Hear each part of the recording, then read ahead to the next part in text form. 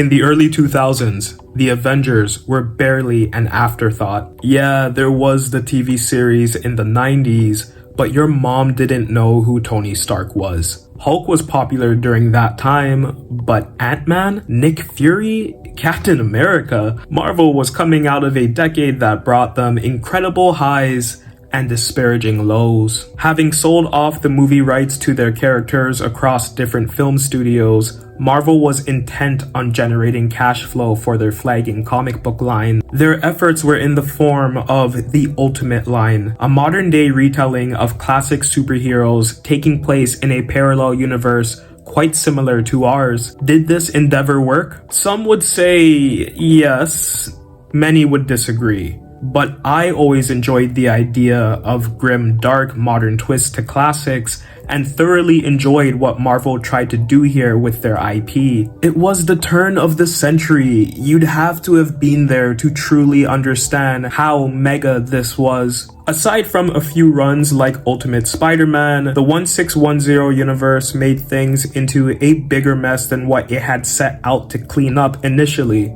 But the dynamic writing and art of the Ultimates, this multiverse's Avengers team, would go on to inspire the Marvel Cinematic Universe for decades to come. With updated costumes, technology in abundance, violence and gore abound, the Ultimates were definitely not your grandma's superhero story. The United States government assembles a team to address the growing threat of superpowered individuals and international crisis. Nick Fury, head of S.H.I.E.L.D., plays a crucial role in uniting these heroes, to be named the Ultimates. With a large defense budget supporting the group and public interest growing around the Ultimates to a cult-like level, the 1610 version of the Avengers offers a very realistic portrayal of how such a group would exist in our world. But this goodwill, this interest in a superpowered team doesn't last long, as the public soon turn on the Ultimates and the government begin to question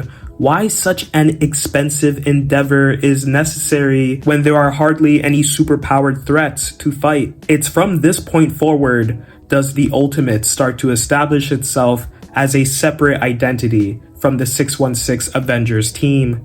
Mark Millar and Brian Hitch redefined these classic heroes with a contemporary edge, exploring themes of power, responsibility, and the consequences of heroism. The Ultimates set a new standard for superhero storytelling and influenced subsequent adaptations. Millar's writing for The Ultimates was a radical departure from the traditional Marvel approach. He infused the story with modern sensibilities and complex characterizations, crafting a narrative that was both fresh and edgy. Throughout the 13 issues, Millar's dialogue and plot lines embraced a more realistic and politically charged tone. Characters grappled with contemporary issues and personal flaws, making them more relatable and grounded. There are so many references to pop culture: Buffy the Vampire Slayer, Star Wars, Star Trek, Shannon Elizabeth, Freddie Prinze Jr. There's even a Quentin Tarantino-esque conversation where the Ultimates meta-walk their way through a breakdown of who is the better actor to portray them in an upcoming movie adaptation. The narrative of Ultimates is also quite different from what you would find during that era. Bruce Banner, having first appeared in Ultimate Marvel Team-Up and familiar with fighting off Spider-Man and Nick Fury, was already an established character in the Ultimate line. Ultimate Hulk is much weaker than 616, but much more vicious, often partaking in cannibalism and homophobia when enraged. These displays of hate are deep-rooted within Banner and could be seen as a true Jekyll and Hyde persona that is often glossed over in other adaptations.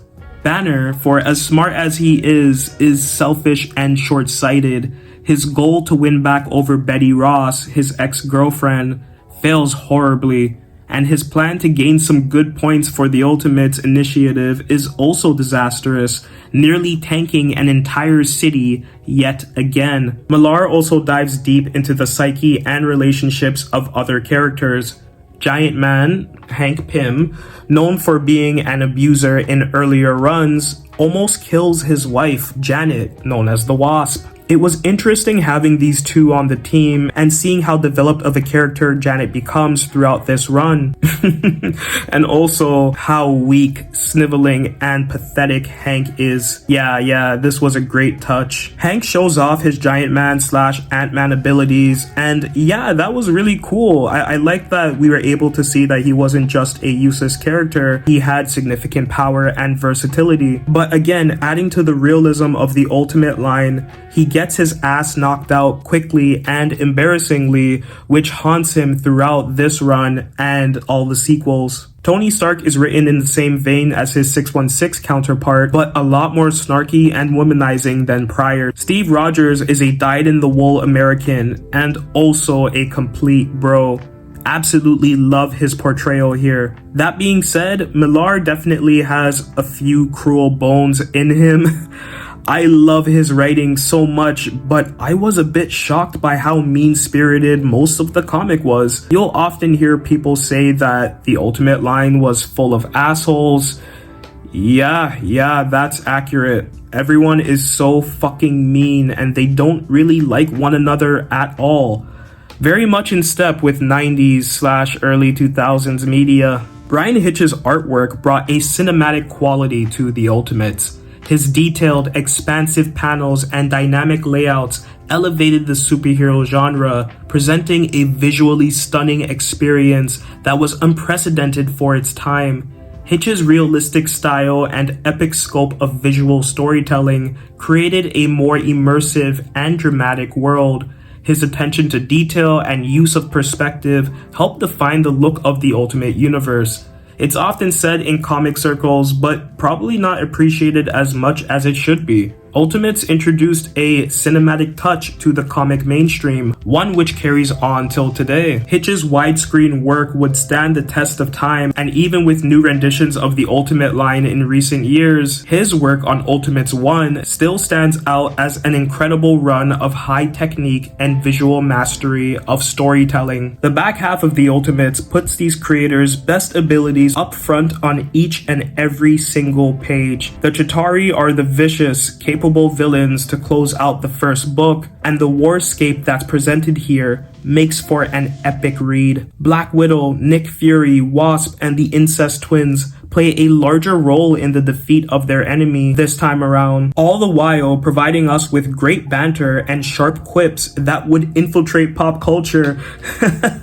Yes, even today. Joss Whedon gets a lot of credit for that style of quippy banter that we're so used to, as seen in like Buffy or Firefly, but Millar was doing it around the same time just as well. His approach is more Tarantino-esque, with a venom that sticks with the reader long after the pages have turned. Some of the most iconic Hulk scenes are written here. His aggressive behavior towards enemies ranging from tearing them apart, to threatening rape, to eating them alive.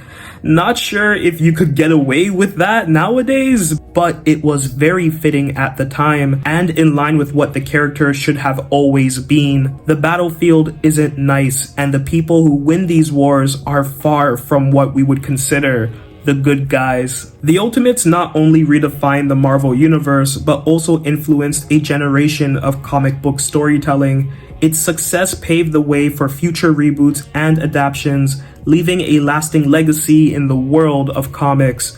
Thor was once a goofy character that tiptoed between cosmic and fantasy, but on the Ultimates, he became a handsome party boy who could bring down S-tier destruction at a moment's notice and a cheeky glance. Iron Man had become a throwaway character that shifted back to being an icon for the masses. A Batman that people actually wanted to be around. Fury, Hulk, Wasp, all of the sudden, these characters became celebrities not just within comic circles, but in real life too. The Ultimate line would continue on for a number of years to diminished interest, but Ultimates 1 stands out as high art. Cinematic in presentation, academic in approach, a strong showcase for the abilities of this creative team, and a testament to the durability of classic Marvel heroes. The Ultimates is a comic book masterpiece.